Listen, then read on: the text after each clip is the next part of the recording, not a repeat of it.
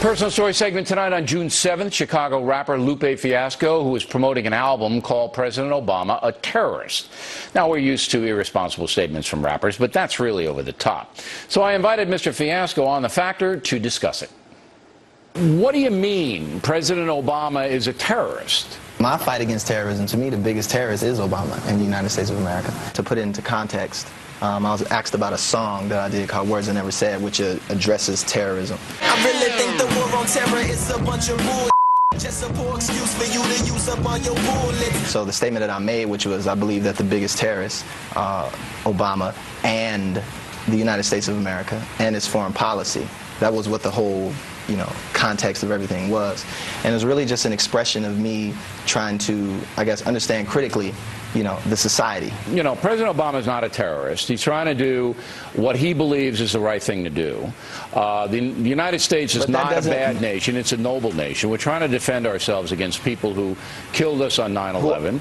And then you go out there and you talk to a lot of younger people, and this is what gets me, that your constituency are not exactly political science PhDs, okay? They're impressionable kids. I don't think that matters. I don't think you need to have a political PhD to understand politics.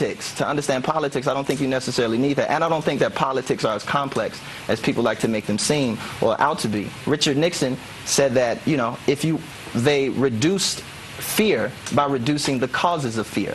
And in that same interview, which I spoke about, calling Obama a terrorist, and every president before and after him a terrorist, right, is that if you're going to fight terrorism, right? Yeah. True terrorism, weaponized fear. In defense of ourselves, we're actively fighting something else. But if you're going to fight terrorism, to me, you fight the root causes of terrorism. The root causes of terrorism are many.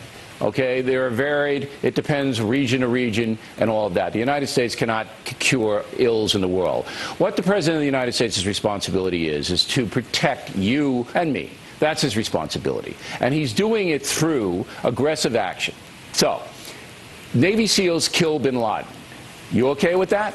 With him hunting down a criminal, a person who's responsible for the deaths, right, of innocent people? Yes. I have nothing wrong with that. Okay. So when bin Laden got killed, you didn't have any problem with that. That was okay, legitimate action. You know what I had a problem with? The war in Afghanistan. Okay, you have a problem with the war in Afghanistan. Let me finish. The point of the war of Afghanistan was supposedly to go in and find bin Laden. Right? Well, but in the interim of that, well, 9/11. Mr. Jaco, right? Osama bin Laden. What you just said is fallacious. That means it's wrong. It's not fallacious at all, yes, sir. It's not wrong. It's not wrong. The point and the purpose of why are we in Afghanistan if it wasn't to hunt down Al Qaeda and the terrorist network, sir? Because it definitely wasn't for any other reason. No, that's wrong. I will answer it. The reason we went to Afghanistan was to deprive Al Qaeda of a sanctuary. We removed the Taliban government when they wouldn't crack down on Al Qaeda. Now, to get bin Laden, that was another part of the operation. Okay, but it's a part of the operation, sir. It's not separate. But that doesn't negate it. That doesn't take it away from the purpose of it just because it was another part, sir. It's in the same. It's in the same. To the war. The war. No, it gives a legit. No, the legitimate part of it is to go find a criminal, right? No, the legitimate part not to aggressively remove a government. No, the legitimate part is to remove a government, which we did, which enabled a terrorist group to declare war on the United States. That's what happened. Now that thinking right there, that thinking right there is what I have a problem with. Because if that's the case, then that is us. You are oversimplifying and bringing a message to people, younger people, as I pointed out, who admire you. That is a message that is not true.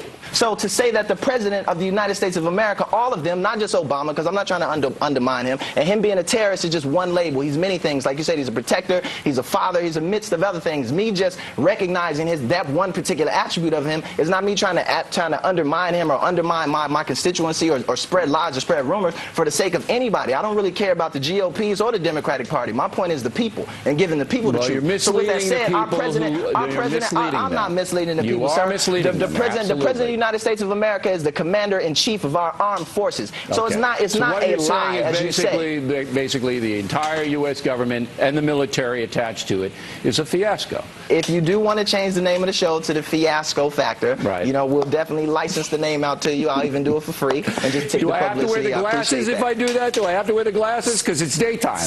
And they're prescription. Okay, great. All right, Mr. Fiasco, thanks for coming on in here.